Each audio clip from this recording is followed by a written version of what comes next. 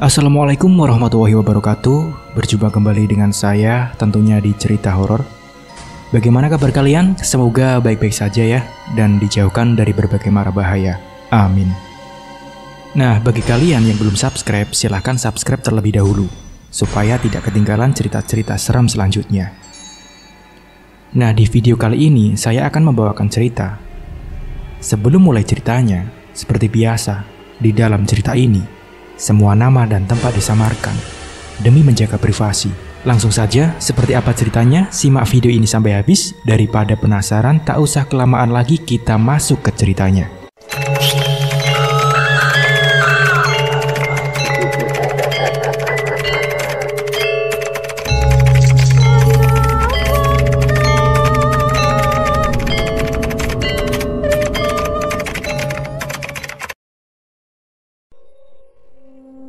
Kisah ini terjadi pada tahun 2015 lalu, yang mana tangisanku pecah di tengah-tengah kebahagiaanku, karena aku sudah punya suami, sebut saja Mas Andi, dan kami sudah punya satu anak yang kami panggil Cici, yang saat itu masih berusia 3 tahun.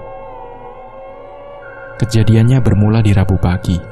Saat itu Mas Andi sudah di kantornya untuk bekerja, dan aku sudah mengantar Cici di preschool yang dekat dengan kantorku. Aku sudah mulai membuka laptop untuk bekerja di kantorku. Tiba-tiba, Mbok Ranti, orang yang mengurus abah aku, Mbah Sugi, menelpon yang menyampaikan kabar buat aku syok. Jadi begini, abah aku biasa dikenal di kampung dengan panggilan Mbah Sugi, karena abah emang sudah cukup tua. Saat itu, abah tinggal di kampung yang hanya sendiri, karena ibuku sudah meninggal di tahun 2010. Sedangkan aku tinggal di kota karena pekerjaanku di kota ini. Sebenarnya aku dulu pernah minta abah untuk tinggal bersamaku di kota. Apalagi Mas Andi juga setuju karena mengingat abah di kampung yang hanya tinggal sendiri. Aku dan Mas Andi takut abah kenapa-napa. Tidak ada yang tahu, tidak ada yang urus. Itulah alasan kami minta abah untuk tinggal di kota bersamaku. Tapi abah tidak mau. Beberapa kali aku membujuk abah, tetapi abah emang tetap komit yang ingin tinggal di kampung. Ngomong-ngomong, itu kampung kelahiranku, dan di sana juga aku tumbuh besar. Abah juga saat itu pernah memintaku untuk tinggal di kampung. Aku juga tidak bisa tinggal di sana karena kerjaan aku di kota ini. Sedangkan jarak kota tempat aku tinggal dengan kampungku itu berjarak 5-6 jam perjalanan. Sepertinya tidak mungkin aku pulang pergi setiap harinya. Sebenarnya aku juga punya 2 kakak, tapi kakak aku merantau lebih jauh lagi. Jadi saat itu, karena abah tinggal sendiri, jadi satu-satunya solusi terbaik mencari orang-orang kampung sekitar yang mau merawat abah. Dan itu Mbok Ranti. Pagi itu Mbok Ranti nelpon dengan suaranya yang panik, dengan mengatakan kalau abah sedang sakit parah, yang tidak bisa bangun. Bahkan ngomong saja sudah sangat sulit. Itu terjadinya mendadak. Mbok Ranti juga menyuruh aku ke kampung saat itu juga. Ini buat aku takut abah kenapa-napa. Karena biasanya abah tidak pernah sakit parah separah itu. Meskipun abah sudah cukup tua, tetapi abah sangat sehat. Bahkan di usia abah yang sudah senja, abah masih sering melakukan aktivitas-aktivitas seharian layaknya orang di desa seperti berkebun dan lain-lain. Sebenarnya berkebun bukan tuntutan abah. Itu hanya kesenangannya karena aku dan kakakku per bulannya selalu menanggung biaya untuk abah. Nah, mungkin karena itu abah selalu bergerak layaknya olahraga yang membuat abah selalu sehat. Tapi aku syok pagi itu mendengar abah sangat parah, dan pikiran aku tercampur dengan ingatan mimpiku beberapa hari yang lalu. Karena itu, hal yang paling aku takutkan selalu terlintas di pikiranku saat aku mengingat mimpi itu, yang aku sendiri tidak tahu apakah itu mimpi buruk atau hanya mimpi biasa. Di mimpi itu aku melihat abah dan ibu sedang duduk di sungai. Abah sedang menjahit selendang ibu yang robek. Cuma itu mimpinya yang aku ingat. Tapi, aku gak tahu kenapa mimpi itu buat aku cemas saat bangun. Aku tak tahu kenapa bisa cemas saat bangun dari mimpi itu beberapa hari yang lalu. Yang aku takutkan, apakah mimpi itu bertanda buruk yang seolah berita buruk dari Mbok Ranti menjawab mimpi itu. Lalu segera aku pun menelpon Mas Andi, menyampaikan berita itu, dan sekaligus mengajak Mas Andi ke kampung. Tapi saat itu Mas Andi sedang ada janji dengan atasannya. Mas Andi menyuruh aku berangkat duluan sama Cici. Siang nanti Mas Andi janji akan menyusul. Tetapi tidak terlalu masalah untukku, karena aku memang sudah biasa nyetir sendiri ke kampung. Karena aku memang sering saat weekend atau libur kerja, aku kabur ke kampung yang hanya ngebawa Cici untuk menenangkan pikiranku di sana sekaligus bertemu Abah. Setelah menutup telepon dari Mas Andi, aku segera beres-beres dan menghadap manajerku untuk meminta izin cuti di hari itu. Setelah itu, aku langsung jemput Cici dari preschool. Kami pulang ke rumah siap-siap dan berangkat ke kampung. Sekitaran jam 10 pagi, kami sampai di kampung. Di sana aku melihat Abah yang sudah terbaring sangat lemas di kamarnya. Abah melihat aku dengan tatapan lemas, sambil berbicara dengan terbata-bata, minta aku menelpon kedua kakakku untuk menyampaikan berita ini dan menyuruh kakakku pulang, karena Abah katanya sangat rindu dengan mereka. Saat aku telepon kedua kakakku, sayangnya mereka tidak ada yang bisa ke kampung karena berbagai alasan kerjaan dan jauhnya jarak kota tempat mereka tinggal. Abah sedih saat aku mengatakan kakak tidak bisa pulang kampung. Siang menjelang sore, Mas Andi sampai di kampung. Kami pun merawat Abah yang sedang terbaring sangat lemas. Lalu di sini ada beberapa keanehan yang awalnya aku sempat ngira kalau Abah sudah sembuh. Ternyata itu terjadinya di sore hari. Itu masih di hari yang sama. Saat itu, setelah kami nyuap Abah, makan dan minum, Abah pun tertidur. Kami pun lalu istirahat di ruangan TV yang ada di ruangan tengah rumah. Saat aku, sedang Mas Andi dan Cici di ruangan TV yang sedang nonton, aku kaget ngelihat Abah keluar dari kamar dengan keadaan yang sangat sehat. Abah bisa jalan, layaknya saat dia sehat. Aku bingung sekaligus senang.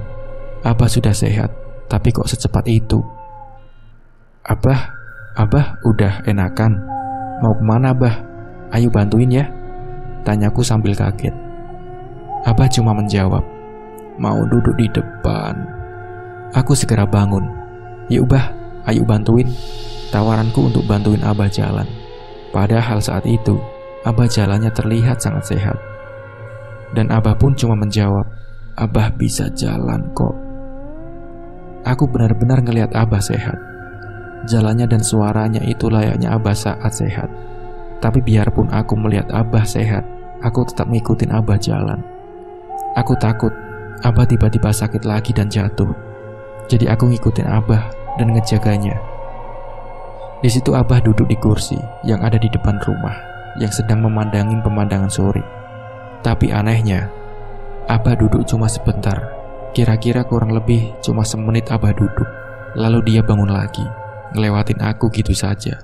Saat itu aku sedang berdiri di pintu depan, dan Abah langsung masuk ke kamarnya. Dengan sedikit lega, aku biarkan Abah istirahat di kamarnya tanpa aku susul. Dan aku pun langsung ke ruang TV lagi. Sehabis maghrib, aku buat bubur untuk Abah. Saat masuk ke kamar Abah yang niatnya aku mau nyuapin Abah makan, aku melihat keadaan Abah yang udah sakit lagi. Abah balik lemas, bahkan sangat lemas sampai ngomong aja Abah udah gak jelas lagi. Aku kaget kenapa Abah bisa tiba-tiba sembuh dan tiba-tiba sakit lagi. Dan karena penasaran, aku nanya ke Abah, tapi suara dari jawaban Abah emang sudah sangat tidak jelas. Aku benar-benar gak tahu Abah ngomong apa, karena Abah ngomong aja seperti sangat kesulitan.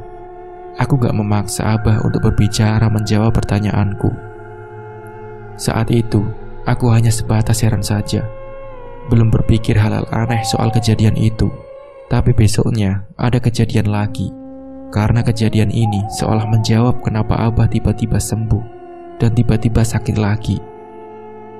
Ini kejadiannya di hari besoknya, yang juga terjadi saat sore. Saat itu Mas Andi sedang bawa Cici keluar jalan-jalan dan jajan.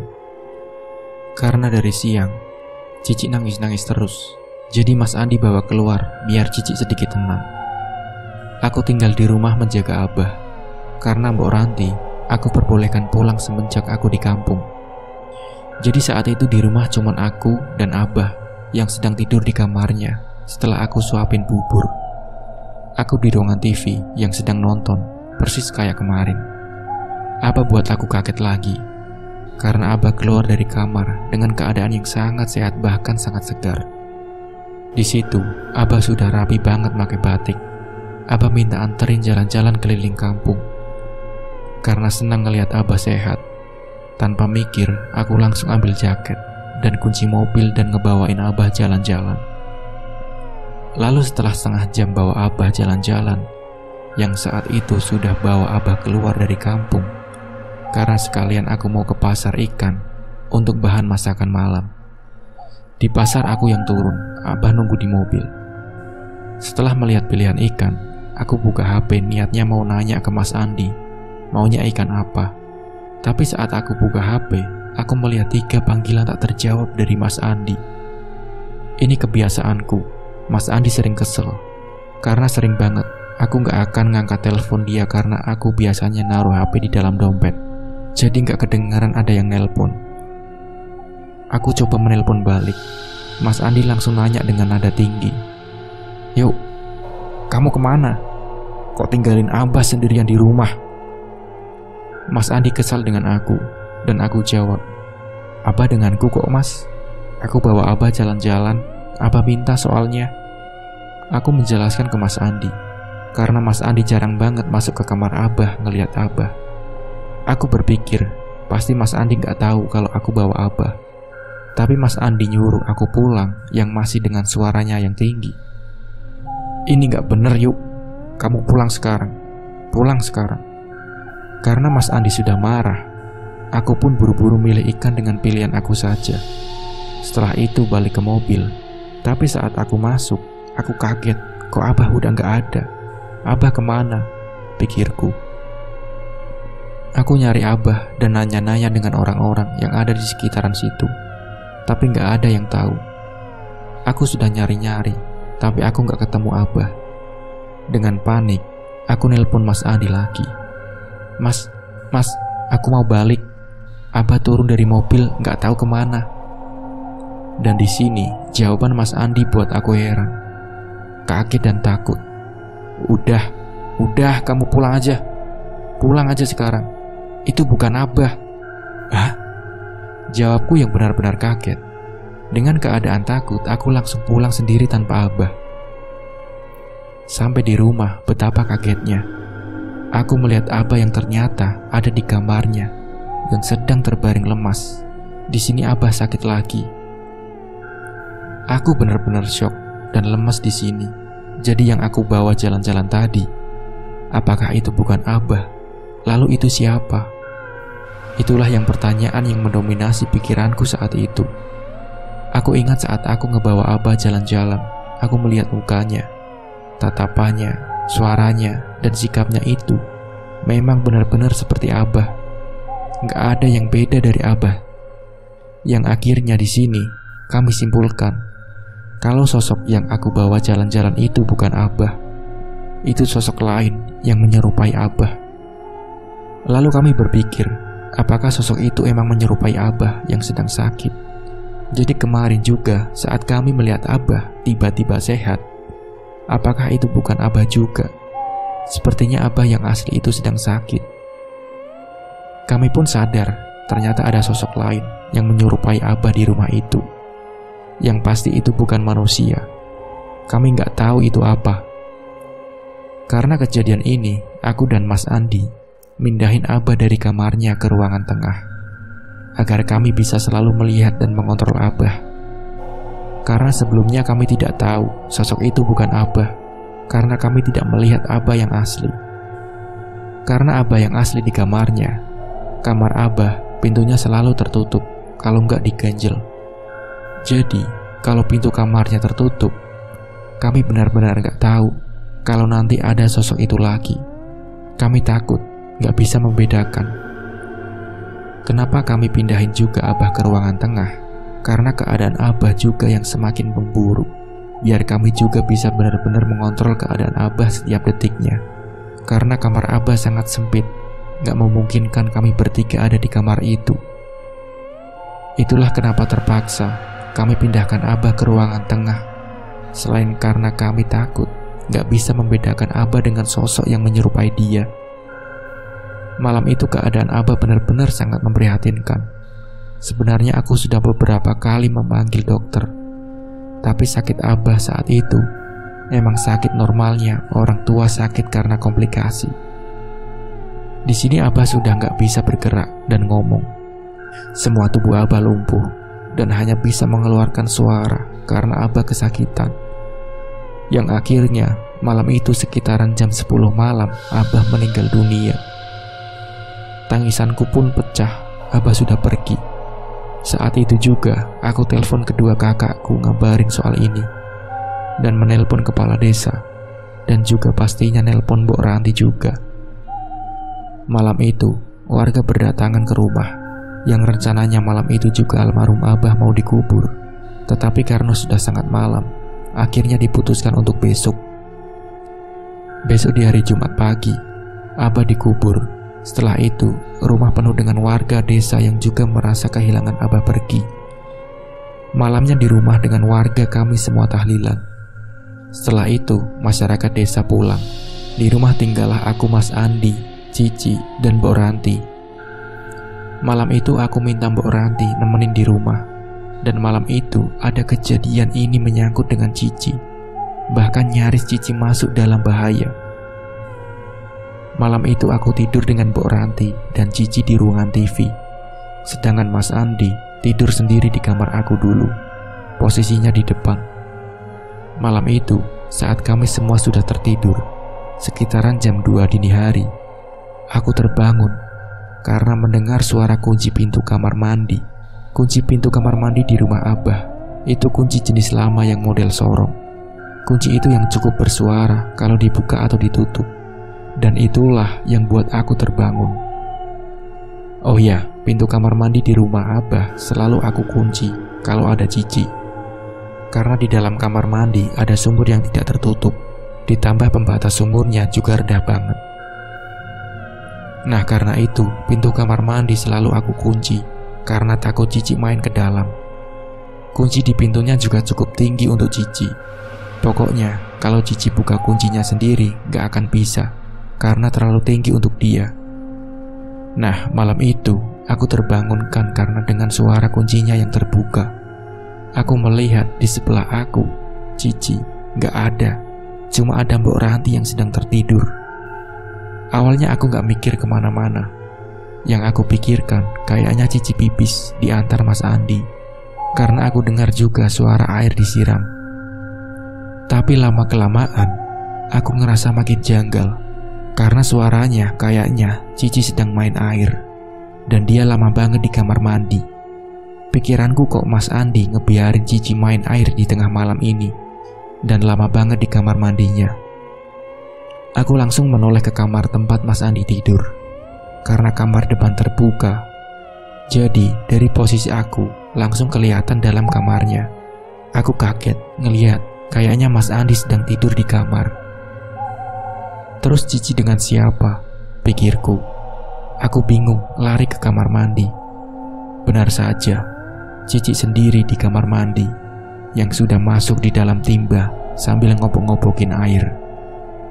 Bajunya juga sangat basah, jadi langsung aku gendong dan gantiin bajunya.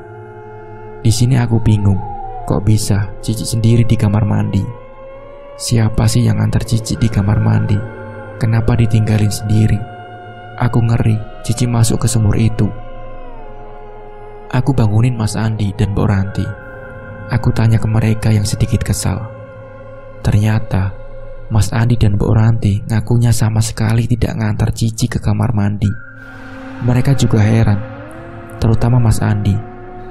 Yang buat aku bingung, kalau nggak ada yang ngantar Cici ke kamar mandi, gimana caranya dia bisa ngebuka kunci kamar mandinya? Gak mungkin Cici bisa buka sendiri. Dan akhirnya aku tanya dengan Cici, siapa yang ngantar dia ke kamar mandi? Tapi dia ngejawab dengan polosnya kalau yang antar dia itu Abah. Aku bertanya-tanya sendiri, apakah mungkin anak berusia 3 tahun bohong? Kami pun semua langsung ngecek kamar mandi, tapi gak ada siapa-siapa di sana. Aku tanya lagi, kemana Mbah pergi? Dia cuma nunjuk ke arah langit-langit rumah. Aku dan Mbok Ranti merinding karena kejadian ini. Tapi Cici karena masih kecil, dia belum ngerti soal meninggal dan semacamnya. Malam itu Mas Andi juga ketakutan. Tapi yang paling ditakutkan itu keselamatan Cici. Nyaris Cici menghadapi bahaya, karena sumurnya emang berbahaya banget kalau ada anak-anak di sekitarnya. Akhirnya malam itu Mas Andi ambil gembok untuk mengembok pintu kamar mandinya, karena sebelumnya cuma dikunci saja. Lalu malam itu setelah keadaannya mulai tenang dan kami semua masih sangat mengantuk, akhirnya kami pun ngelanjutin tidur. Jam 6 pagi, aku terbangun karena mendengar suara pompa air manual. Itu pompa air zaman dulu yang benar-benar pakai tenaga bukan listrik. Di kamar mandi Abah ada pompa air, itu yang masih dipakai selama Abah masih hidup. Bahkan rutinitas Abah setiap pagi memang ngepompa air dari sumur ke bak mandi sampai benar-benar sembuh. Aku ingat ini rutinitas Abah di rumah yang buat aku merinding pagi itu, karena aku terbangun dengan suara pompa air. Sedangkan Mbok Ranti ada di sebelah aku yang juga terbangun karena dengar suara pompa itu. Cici juga di sebelahku, dan aku kaget ngelihat Mas Andi juga masih tertidur di kamar depan. Tapi saat itu, aku masih mendengar suara pompa air itu. Sambil terdiam dan mikir, siapa yang mempompa air itu? Apakah Abah? Sambil mendengar suara pompa airnya, aku memberanikan diri jalan ke pintu kamar mandi sambil ketakutan. Bah, apa di sini? Bah, Abah. Saat aku panggil, tiba-tiba senyap pompa airnya berhenti. Karena udah ketakutan, aku bangunkan Mas Andi. Aku, Mas Andi, dan Mbok Ranti akhirnya nyoba buka pintu kamar mandi yang saat masih tergembok. Tapi setelah dibuka, kami gak melihat apapun, gak melihat siapapun di dalam kamar mandi itu. Kami semua diam karena ketakutan, karena udah benar-benar gak logis. Dan akhirnya kami sarapan bersama di rumah itu. Saat itu Mbok Ranti bilang, sepertinya benar Neng, itu Mbah Sugih. Karena mitosnya, kata-kata warga, 7 hari setelah orang meninggal, arwahnya masih ada di lingkungannya semasa dia hidup. Mungkin Mbah Sugih masih ada di rumah ini Neng. Bisa jadi mungkin Mbah Sugih masih merasa hidup seperti kita. Dia mungkin gak tahu atau lupa kalau dia sudah meninggal. Mendengar pendapat Mbok Ranti, aku sedih, ingat Abah, dan juga merinding ketakutan. Tapi soal itu, aku masih benar-benar ragu kalau itu Abah. Karena bisa jadi sosok itu bukan Abah, tapi sosok yang menyerupai Abah. Karena kejadian kemarin sore, saat Abah belum meninggal, tapi aku udah melihat dengan jelas sosok itu yang emang seperti Abah. Sosok itu sudah ada sebelum Abah meninggal. Kenapa sosok itu muncul menjelang Abah pergi seolah-olah dia tahu Abah akan pergi di hari itu? Aku gak tahu soal ini, yang jelas sosok itu bukan manusia. Saat itu juga, Mas Andi cuma hanya bisa diam mendengar aku dan Mbok Ranti membicarakan itu saat sarapan. Setelah selesai mengeluarkan pendapat kami soal itu, Mas Andi ngajak balik ke rumah kami hari itu juga. Karena Mas Andi sepertinya takut, terutama soal semalam yang seolah keselamatan Cici yang jadi taruhannya. Tapi entah kenapa, dalam keraguan kalau sosok itu Abah, aku seperti merasakannya itu Abah. Aku tetap memaksa pikiran dan perasaan itu bukan Abah. Abah gak mungkin mendekatkan Cici dalam bahaya seperti semalam. Tapi Mas Andi bersikeras minta balik hari itu juga. Akhirnya, kalau kita gak bisa balik terburu-buru, lagian saat itu hari Sabtu, besok masih Minggu, masih libur kerja. Aku minta ke Mas Andi balik besok saja, karena hari ini banyak yang harus diurus. Karena rumah Abah pasti tidak ditempatin lagi. Dan Mbok Ranti juga sudah gak kerja di rumah lagi ngurus Abah. Jadi itu harus diurus sebelum pulang. Ya udah, akhirnya Mas Andi bisa mengerti. Siangnya aku dan Mas Andi ke rumah Pak Kades untuk mengurus beberapa urusan soal rumah Abah. Cici aku tinggal di rumah dengan Mbok Ranti. Saat sore kami balik ke rumah, di situ Cici langsung lari nyambut aku. Dia langsung bilang, "Mah, kata Mbah buatin teh." Dan aku langsung kaget dengar ucapan pertama dari Cici saat aku pulang. Aku coba tanya dengan Mbok Ranti soal permintaan Cici, tapi ternyata Mbok Ranti juga benar-benar gak tahu soal itu. Karena Cici gak ngomong ke Mbok Ranti, seolah Cici tahu itu pesan hanya buat aku, bukan buat Mbok Ranti atau siapapun. Karena sejak siang dia di rumah dengan Mbok Ranti, tapi kenapa Cici menunggu aku pulang? Aku coba dengan Cici. "Mbahnya di mana, Ci?" Dia cuma nunjuk kamar Abah. Cici terlalu polos. Mungkin suatu saat kalau aku ceritakan lagi saat Cici sudah mengerti, mungkin dia baru merinding kalau dia pernah bertemu mbahnya setelah mbahnya meninggal. Ya sudah, jadi saat itu juga aku langsung ke dapur buatin teh. Aku niatkan di dalam hatiku, aku membuat teh untuk Abah. Ini terakhir kalinya aku buat teh untuk Abah. Sudah bertahun-tahun aku gak pernah buatin teh untuk Abah. Aku yakin Abah kepengen aku membuatnya teh. Abah rindu aku membuat teh untuk Abah. Aku juga rindu Bah. Aku jadi ingat dulu semasa aku sekolah. Aku masih tinggal dengan Abah dan Ibu. Setiap pagi dan sore rutinitasku membuat teh untuk Abah saat Abah mau kerja dan pulang kerja. Di sini aku gak bisa bendung air mataku, berasa menyesal. Sepertinya selama ini aku gak pernah tahu Abah pingin aku buatin teh. Itu hal sepele, tapi sepertinya itu berarti untuk Abah. Setelah tehnya siap, aku masuk ke kamar Abah. Aku hidangkan teh hangat di atas meja yang ada di kamar Abah, tempat biasa Abah mencicipi tehnya. Setelah kami semua menunggu apakah terjadi sesuatu atau ada pertanda Abah masih ada di kamar, tapi sampai maghrib gak ada tanda-tanda Abah datang. Dan habis maghrib, Mbok Ranti pamit pulang. Di rumah tinggallah kami, aku, Mas Andi dan Cici. Tanpa Abah, rumah ini benar-benar sepi. Ini menyakitkan banget rasanya. Singkat cerita, setelah nonton sekitaran jam 11 malam, kami bersiap-siap untuk tidur. Kami tidur bertiga di kamar depan. Kamar itu bersebelahan dengan kamar Abah yang hanya dibatasi sket papan. Dan malam itu sudah sangat sunyi. Di tengah kesunyian menjelang kami tidur, aku dan Mas Andi kaget dengar suara serutan teh yang berasal dari kamar Abah. Suaranya jelas banget, kami mendengar. Mas Andi cuma terdiam karena kaget. Entah kenapa, di sini perasaanku benar-benar aneh. Kayaknya rasa takut sudah mulai ketutup dengan rasa rindu aku dengan Abah. Akhirnya, aku bangun dari ranjang untuk ke kamar Abah. Mas Andi gak berani ngikut aku ke kamar Abah.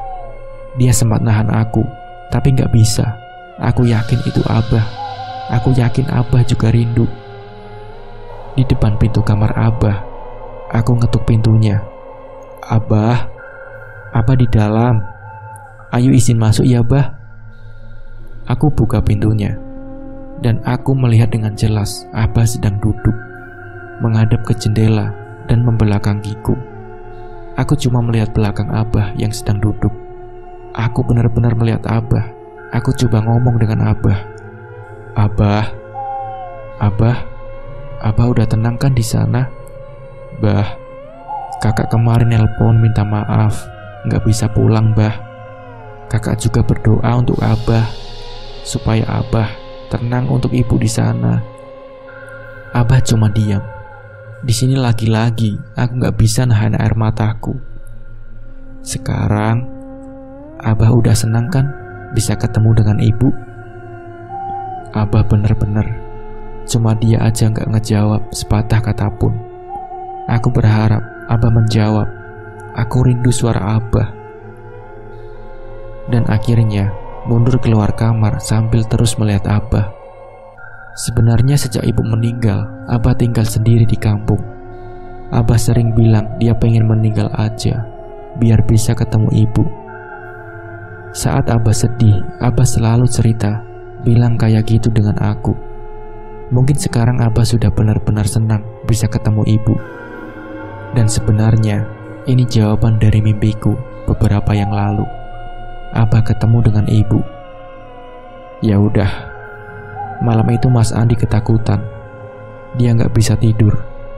Beberapa kali Mas Andi merengek minta balik malam itu juga. Tapi gak mungkin kami menyetir semalaman itu. Itu lebih berbahaya karena aku dan Mas Andi gak begitu berpengalaman nyetir malam-malam. Karena aku dan Mas Andi saat itu gak jadi pergi bareng, jadinya kami ke rumah Abah bawa mobil masing-masing. Artinya kami harus sama-sama nyetir.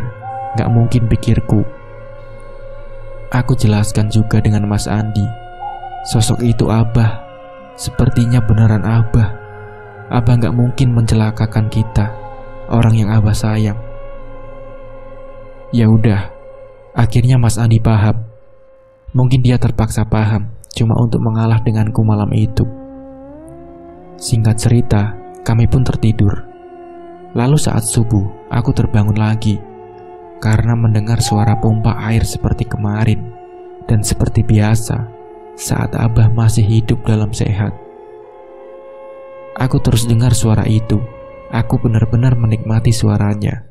Abah sedang memompa air. Dulu setiap subuh, aku memang selalu terbangun karena Abah setiap subuh memompa air. Itu rutinitas Abah sebelum semuanya bangun. Lalu setelah itu, kami bangun, sarapan dan balik ke kota.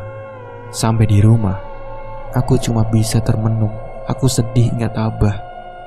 Semasa Abah masih hidup sendiri di kampung, yang cuma ditemenin Mbok Ranti. Abah sering nelpon aku, cuma nanya gimana kabar-kabar kedua kakakku. Abah rindu, sangat-sangat rindu dengan mereka. Tapi Abah gak berani nelpon mereka. Abah juga sering bilang, kepengen melihat langsung muka kakak-kakakku. Karena memang sudah belasan tahun kakakku gak pernah pulang ke kampung ketemu Abah. Sebelum Abah meninggal, Abah menyuruh aku untuk menelpon kedua kakakku pulang. Mungkin kalau seandainya kakakku pulang, Abah melihat muka dan wujud mereka secara langsung. Abah senang banget, itu mungkin kebahagiaan terakhirnya di masa hidupnya. Tapi sayangnya, kedua kakakku gak bisa pulang karena berbagai alasan kerja. Mungkin karena jarak juga yang begitu jauh. Tapi sebenarnya dengan keadaan mereka, sepertinya tiket pesawat gak begitu sulit untuk dijangkau, untuk bertemu Abah terakhir kalinya. Sebenarnya aku juga bolos kerja. Aku cuma dapat di hari Rabu, Kamis, dan Jumat. Aku dihitung bolos. Nah, sampai di kantor, aku emang langsung dapat perintah untuk menghadap ke manajerku. Yang saat itu, surat pemecatan sudah dikeluarkan. Tapi aku jelaskan dengan manajerku kalau aku bolos kerja karena ada musibah keluarga.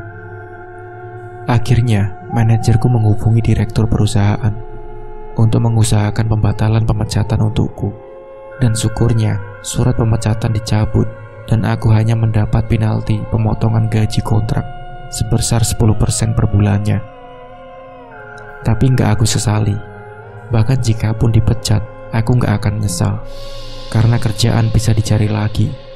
Tapi momen terakhir merawat dan melihat Abah sebelum Abah pergi untuk selama-lamanya nggak bisa dicari atau dibeli.